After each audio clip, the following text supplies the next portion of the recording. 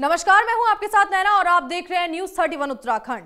एक तरफ देश भर में कोरोना के मामले तेजी से बढ़ रहे हैं, वहीं दूसरी तरफ आगामी 5 राज्यों के विधानसभा चुनावों की वजह से इन राज्यों में राजनीतिक गतिविधियां तेज हो गई हैं, जिसके चलते उत्तराखंड का चुनावी पारा भी गरमाया हुआ है, जहां बिना कोरोना से डरे बड़ी बड़ी राजनीतिक रैलियां, जनसभाएं और चुनावी प्रचार हो रहा है।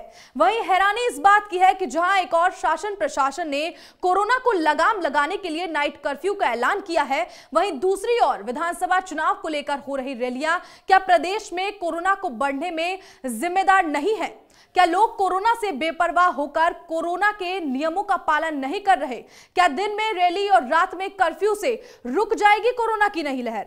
क्या चुनावी रैलियों में हजारों की भीड़ से नहीं बढ़ेगा ओमिक्रॉन का खतरा? क्या भीड़ जुटाकर ही लड़े और जीते जा सकते हैं ये चुनाव? ये सवाल इसलिए उठ रहे हैं क्योंकि उत्तराखंड में ऐसी ही अलार्म बजाती तस्वीरें लगातार सामने आ रही हैं। मेरे बारे में इतना मत सोचो, मैं दिल में आता हूँ, समझ में नहीं। मेरे बारे में इतना मत सोचना, दिल में आता हूँ, समझ में नहीं।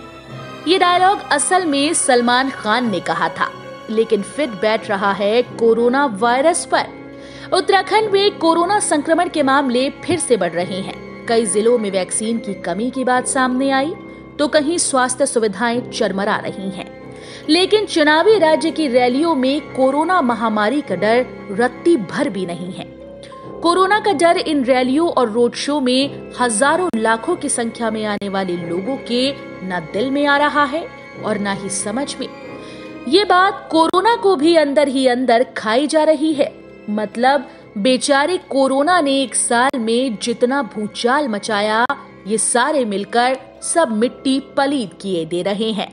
कौनो डर ही नहीं रह गया। ऐसे में बड़ा सवाल ये उठता है कि जब देश के अलग अलग इलाकों में पाबंदियां लग रही हैं, नाइट कर्फ्यू लगाए जा रही हैं, तो दिन में होने वाली इन चुनावी रैलियों पर रोक क्यों नहीं लगाई जा रही?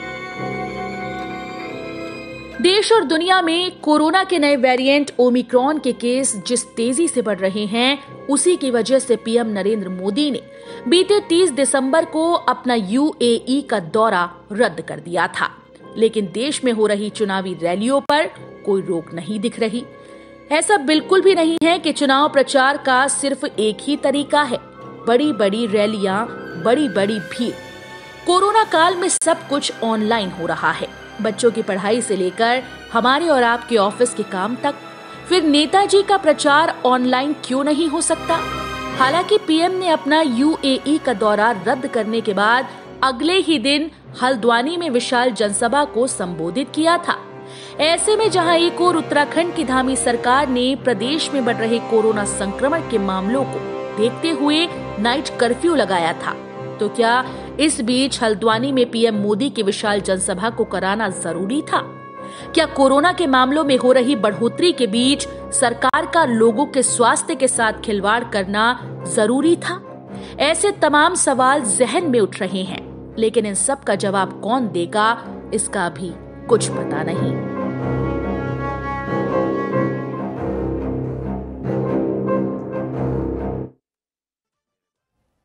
वैसे नेता और मंत्रियों को कोरोना वैसे भी नहीं होगा, क्योंकि वो रैली में आते हैं तो मंच पर बैठते हैं, जहां मंच पर हर तरह की व्यवस्था की जाती है।